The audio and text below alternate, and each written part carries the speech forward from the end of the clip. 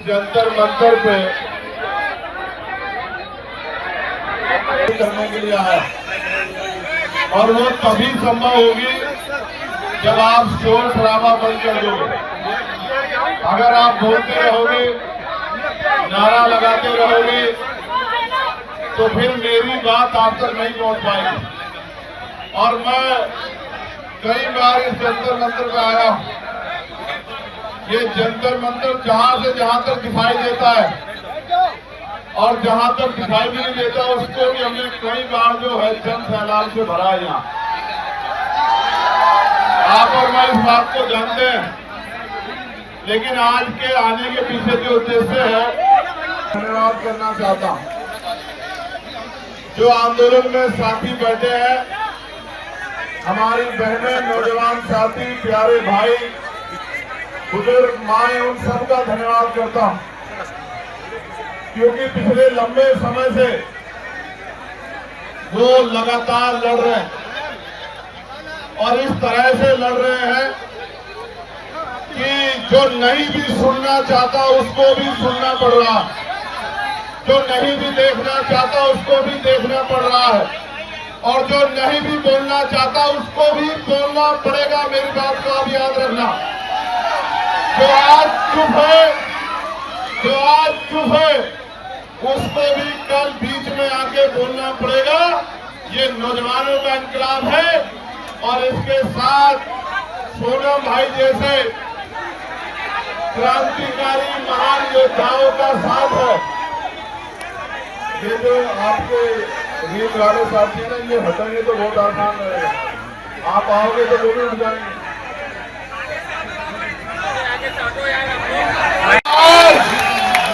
जो आज चुप है उनको कल तय करना पड़ेगा। ये लड़ाई किसी दल की नहीं है, ये लड़ाई भारत के युवाओं की लड़ाई है।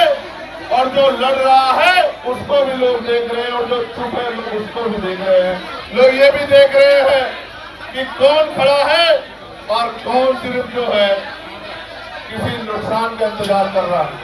ये बड़े इंपोर्टेंट लोग आज मैं इस मंच पे देख रहा हूं।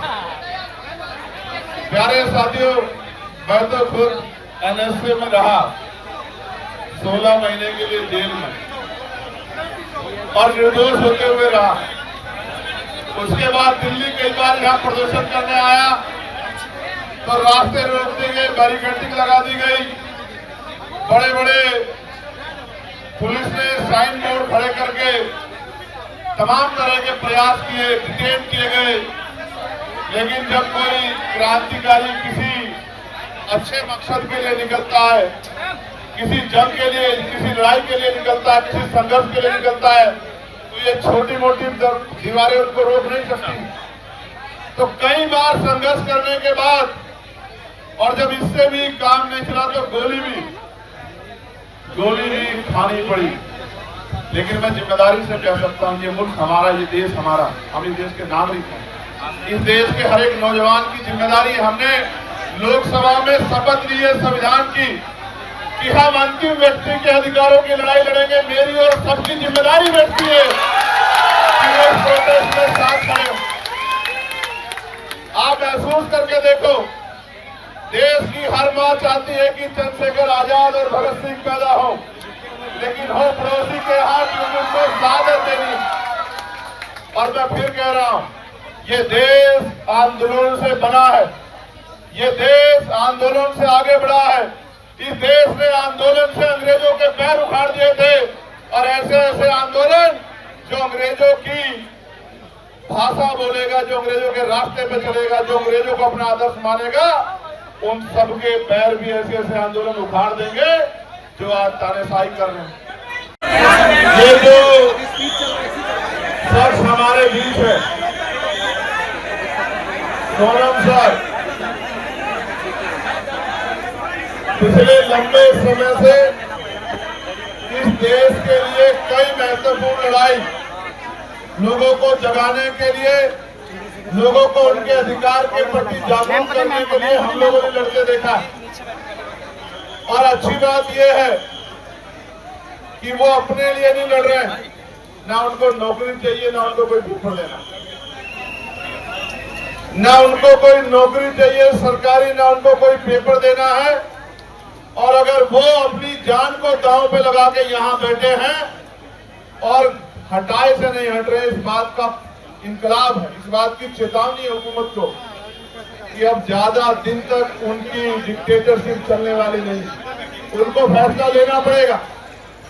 मैं तो देख रहा था जहां लोग अपनी लड़ाई नहीं लड़ते, जहां लोग अपनी समस्याओं में नहीं खड़े होते, मुझे सहयोग से ये भी कहना पड़ेगा इस देश के नौजवानों को अपने बारे में सोचना चाहिए उन्हें अपने बारे में। आज वो इसलिए घर से बड़े पैमाने पे नहीं निकल पा रहे हैं क्योंकि घर के लोगों को ये लगता है कि अगर वो जाएंगे तो किसी मुसीबत का सामना करना पड़ सकता। अगर आप अपनी लड़ाई अपने आप नहीं लड़ोगे तो आपकी लड़ाई कौन लड़ेगा। मैं पूरे धन्यवाद देता हूं इस मंच को, वो हमारी बहनें हमारे भाई जो बैठे हैं भूख हड़ताल पे, अनशन पे, जो डटे हुए बारिश में, तूफान में, गर्मी में, सर्दी में। और मैं खुद आंदोलनकारी, मैं जानता हूं कि जब कोई आंदोलन करने निकलता है तो उसको कितनी तरह का सामना करना पड़ता है, उसमें सवाल खड़े किए जाते हैं, उसकी नैतिकता को गिराने के लिए प्रयास किए जाते हैं, उस पर आरोप लगाए जाते हैं कि इनको फंड कहां से मिल रहा है, इनको सुविधा कहां से मिल रही है, ये इस पार्टी से ऑर्गेनाइज है, ये इस संगठन से ऑर्गेनाइज है, ये मैं इनको देख के क्या कहूं, ये किससे ऑर्गेनाइज हो सकते हैं। ये तो नौजवान हैं और नौजवान जब जब अंगड़ाई लेता है निजाम बदल जाता है। मेरी बात को आप याद रखना। तो नोट करो कि 20 तारीख को कूच करेंगे, मेरी बात का मैं 20 तारीख को आता, मेरा भरोसा करो, मैं 20 तारीख को आता। मैंने किसी को कहा भी नहीं आने के लिए, आप जानते हो, मैंने किसी से नहीं कहा कि आ जाओ, लेकिन इनकी वजह से आना पड़ा, इनकी वजह से आना पड़ा। मैंने इनसे कहा कि जाओ, उनसे कहो कि वो अनशन त्याग दे, देश को उनकी जरूरत है, युवाओं को उनकी जरूरत है। और इन्होंने कहा कि वो तो नहीं मान रहे। मैंने इनसे कहा मेरा संदेश देना कि उनका भाई इनसे कह रहा है कि त्याग दो, तो संदेश ये आया कि नहीं वो नहीं छोड़ रहे अनशन। तो मैं आज इनसे नहीं कहूंगा अनशन छोड़ो, मैं बिल्कुल नहीं कहूंगा। मेरे आज भी याद है जब शहीद आजम सरदार भगत सिंह जेल में थे, उनके पिताजी चले गए एप्लीकेशन लेके अंग्रेजों के पास कि इनकी सजा माफ कर दी जाए। तो मुझे याद है शहीद आजम सरदार भगत सिंह जी के वो सब अपने पिता से जब उन्होंने कहा कि आज आपने मेरी पीठ में छुरा घोंपा है, जिनके खिलाफ मैं लड़ रहा हूं, आपने उनके आगे कमजोर पड़ने का काम किया, आज आपने मेरे आंदोलन को कमजोर किया, मेरे संघर्ष को कमजोर किया। तो मैं लड़ने वाला व्यक्ति हूं, मैं इनका संघर्ष कमजोर नहीं करूंगा।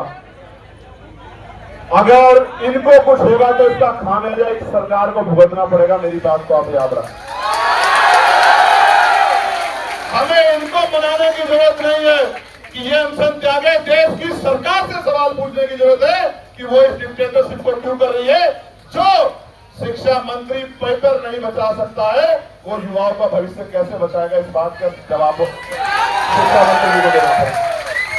मैं फिर आपसे कह रहा हूं, ये आंदोलन युवाओं के भविष्य को बचाने के लिए, और मैं देश के हर एक युवा से कह रहा हूं, जब ये लड़ सकते हैं जिनको नौकरी नहीं चाहिए, जिनको पेपर नहीं देना, तो आप भी लड़ सकते हैं। इसे इतना बड़ा करो आंदोलन को, क्योंकि ये लोकतांत्रिक व्यवस्था है, ये संवैधानिक देश है। जब आंदोलन बड़ा होगा, मैं गारंटी से कहता हूं कि सरकार झुक जाएगी। हमने पहले भी सरकार को झुकते हुए देखा। किसानों की शहादतें याद करते हुए मैं कहना चाहता हूं, किसानों को नमन करते हुए हमने सरकार को झुकते हुए देखा है। ये तो एक केंद्रीय मंत्री के पद से इस्तीफे की बात है, ऐसे कितने ही मंत्रियों को लगातार इस्तीफे देने पड़ेंगे जब जनता खिलाफ हो जाएगी। मेरी बात को आप कुर्सी तो है, धर्मेंद्र प्रधान जी को मैं कहना चाहता हूं, सुनो भाई, कुर्सी तो है, आपका जनाजा थोड़ा ही है। अगर कुछ कर नहीं सकते तो छोड़ क्यों नहीं देते, क्यों भी करके बैठे।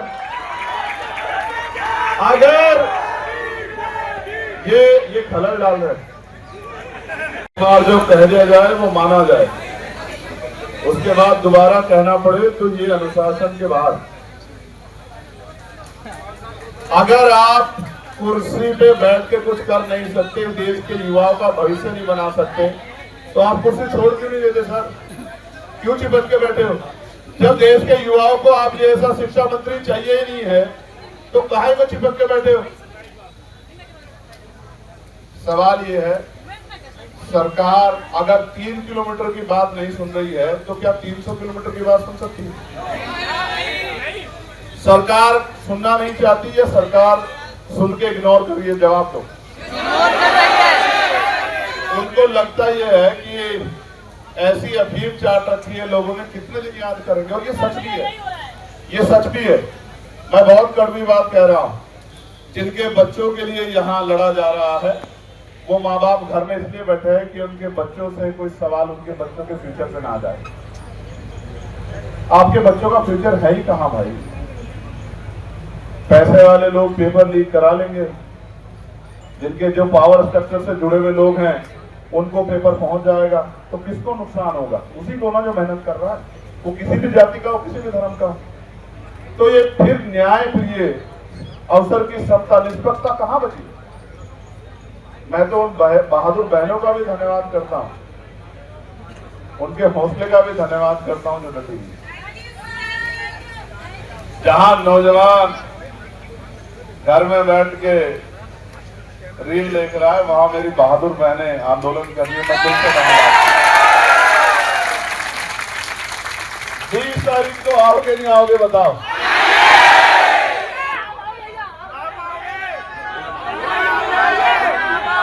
देखो एक चीज जानो, मैं इस आंदोलन पे कोई सवाल ना खड़ा हो, मेरी नैतिकता ये कहती है इसी वजह से इस आंदोलन पे कोई सवाल ना खड़ा हो। जब मैं वहां आया ना तो अपनी पार्टी, अपने तमाम मन की इच्छाओं को मैं वहां रख के आया।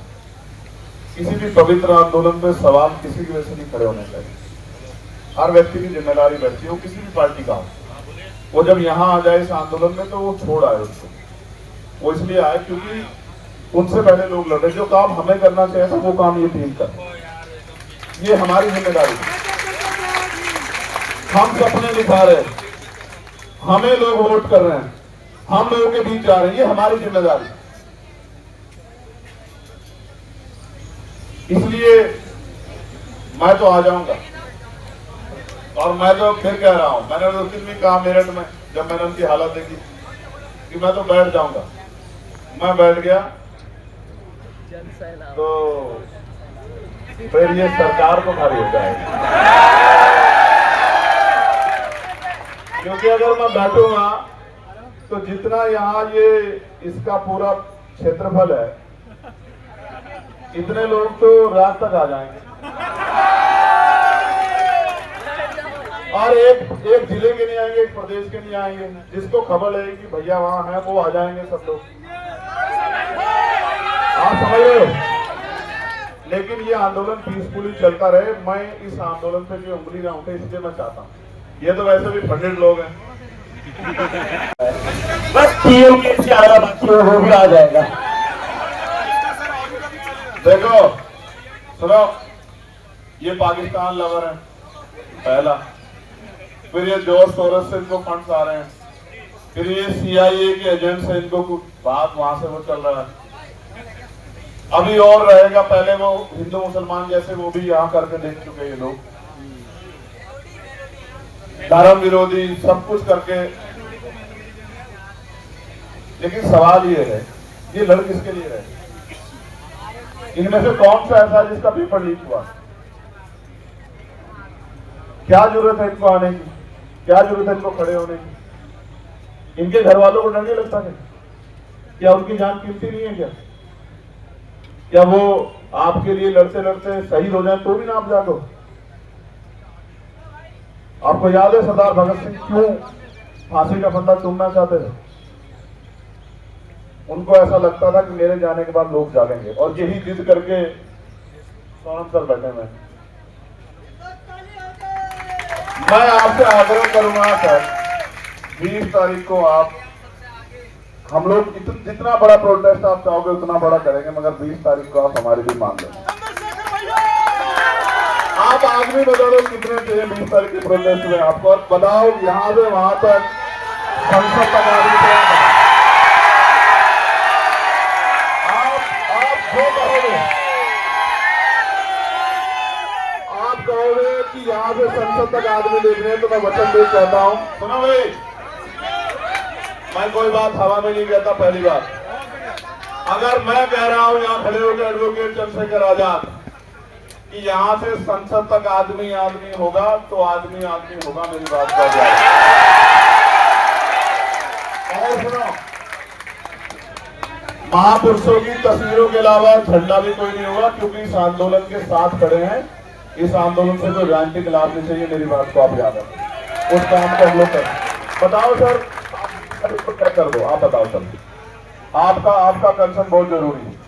20 तारीख को आप हमारी मान लोगे ना, 20 तारीख को जो आप कहते हो हम करेंगे। आप बताओ, आप हमारी मान। सुधीर भैया, देश को जरूरत है। आप सुधीर भैया,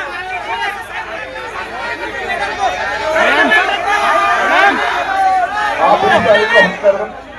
हाँ जी मैडम, आप चाहते हो 20 तारीख को हम लोग जीते हैं। आप बताओ पहले मैं क्या चाहता हूँ। मैं चाहता हूँ ना, हमें हमारा जो है मजबूत पिलर भी हमारे साथ है, खड़े रहे, डटे रहे। हिमांशु जी,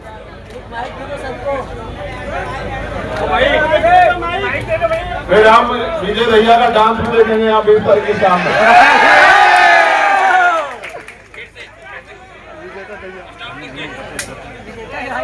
अगर हमारा प्रोजेक्ट सफल हो गया तो फिर आप शाम में हमारी बात मान लोगे। ना करो बॉस,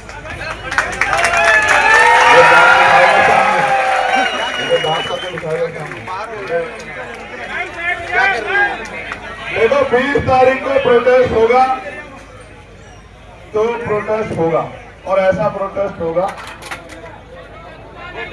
कि पिछले 10, 12, 15 साल में तो ऐसा प्रोटेस्ट दिल्ली में नहीं हुआ होगा।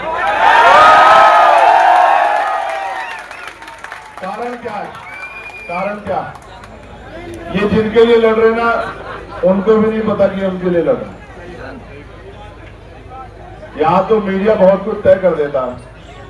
वो सुई के बराबर इस आंदोलन में इनके मन का खोल ढूंढ रहे हैं। वो ये चाहते हैं एक इतना सा इनके खिलाफ कुछ मिले जिसको वो बता सके कि ये आंदोलन एंटी नेशनल, ये भारतीय संवैधानिक व्यवस्था को डिस्टर्ब करने के लिए किया जा रहा है। मैं यही पला पड़ा हूं, यही संघर्ष किया। मैंने जेएनयू के बच्चों पर चलती लाठियां भी देखी, मैंने डीयू के बच्चों पर चलती लाठियां भी देखी, मैंने यहाँ एनआरसी से लेकर तमाम आंदोलन देखे, और मैंने खुद बताया ना, मैं निर्दोष होते हुए 16 महीने जेल में रहा। जब मुझे बेल मिली तो मेरे ऊपर एनएसए लगा दी रात को 2:30 बजे। हम भरोसा करते हैं लोकतांत्रिक व्यवस्था में, संवैधानिक व्यवस्था में, अपने जो गवर्नमेंट के इंस्टीट्यूशन है उनमें भरोसा करते हैं। हमें लगता है अगर कोई नहीं सुनेगा तो कोर्ट सुनेगी, तो जब कोर्ट से बेल मिलती है तो फिर एनएसए लग जाता है। कहाँ जाएंगे हम लोग? हम यही आंदोलन कर सकते हैं। और जिनको लगता है आंदोलन से कुछ नहीं होता, मैं आपको फिर कह रहा हूँ, 2 दिन पहले हम लोग मिले थे, मैंने इनसे कहा था कि आप मानो मेरी बात को कि बहुत कुछ होगा, और मैंने इनसे कहा कि 20 तारीख तक डटे रहना। मैं प्रार्थना करता हूँ महापुरुषों से, कुदरत से, प्रकृति से, कि वो 20 तारीख तक इस आंदोलन को और मजबूत करे, स्वस्थ रखें, क्योंकि 21 तारीख की सुबह बहुत सुनहरी होगी भारत में, मेरी बात का प्यार है। और मैं इस मंच से कहना चाहता हूं कि जो घर है, चुप है, सो रहा है, या जानबूझ के सोने की एक्टिंग कर रहा है, एक बहुत बड़े चिंतक ने कहा है कि कुछ लोग सिर्फ इस वजह से नहीं लड़े कि कहीं वो मरना नहीं, लेकिन सच ये है कि एक दिन मरना सब, चाहे लड़कर मरो और चाहे डर कर, चाहे मुकाबला करके सामना करो, चाहे हार मान के बैठ जाओ, और मान लो तो हार और ठान लो तो जीत। और सिर्फ सांसों का रुकना मौत नहीं होती, जिनका जमीर मर जाता है वो भी मर जाता है। ये जिंदा लोगों का मंच है, मैं इनको बधाई देता हूं। हम और हमारी पूरी टीम आपके साथ खड़ी है। जो यहाँ से मुझे आज सुनेगा, मैं निमंत्रण नहीं भेजूंगा, ना मैं फेसबुक के जरिए आपसे अपील करूंगा। 20 तारीख को मैं यहाँ मिलूंगा, पार्लियामेंट चलेगी। मैंने भी कोई कमिटमेंट किया, मैं टिहरी जा रहा था तो पुलिस के भाइयों ने मेरा बड़ा सम्मान किया, मेरी शर्ट फाड़ दी। तो मैंने वादा किया था कि 20 तारीख को मैं उस फटी शर्ट को पहन के देश की पार्लियामेंट में जाऊंगा बताने के लिए, ये बताने के लिए नहीं कि मुझे लाठी लगी है या मेरी शर्ट फाड़ दी गई है। जब हम संघर्ष करने जाएंगे तो मिठाई तो नहीं मिलेगी, लेकिन ये बताने जाऊंगा कि सत्ता कितनी तानाशाह हो गई है। वो 3 किलोमीटर की आवाज को भी नहीं सुनती और 300 किलोमीटर की आवाज को भी नहीं सुनती। और हमें भरोसा है इस देश की महान न्यायपालिका पे कि वो हमारे दर्द को सुनेगी। एक दिन पहले पेपर लीक की खबर आती है, जब बच्चा अपना पूरा मन बना के हिम्मत करके पहुंच गया सेंटर पे, और जब वो खबर आती है तो वो ऐसा हो जाता है उसको जैसे उसकी शरीर की हिम्मत टूट गई। और मैं, मेरे आज भी याद है ना, पेपर के समय हम लोगों ने भी बहुत पेपर दिए हैं विजय, तो रुकने की जगह ढूंढते थे, किसके यहाँ रुकेंगे, किसके यहाँ खाना खाएंगे। दूसरे शहर में जाना मिडिल क्लास परिवारों के लिए, गरीब बच्चों के लिए आसान थोड़ा ही। और जब जा रहे हैं तो पता लगा पेपर लीक हो गया है या घोटाला हो गया है। आप समझो ना क्या कर रहे हो आप देश के साथ। और जिस देश में 94,000 स्कूल बंद हो गए हों पिछले 10 साल में, और लाखों की संख्या में शराब की दुकानें खुल गई हों, और जहां टीचर को आदेश दिया जाता हो कि भूसा इकट्ठा करके लेके आओ, क्योंकि गौशाला में गाय भूखी नहीं रहनी चाहिए। मैं मानता हूं कि गाय भूखी नहीं रहनी चाहिए, सरकार के पास बहुत बजट है, लेकिन टीचर इसलिए नहीं है कि वो भूसा इकट्ठा करे, उसको बच्चों का भविष्य बनाना। क्या मजाक कर रहे हो आप? ये कैसा देश बना के लिए? ये क्रांतिकारियों के सपनों का भारत है, ये बाबा साहब अम्बेडकर द्वारा लिखे गए संवैधानिक मूल्यों का भारत है।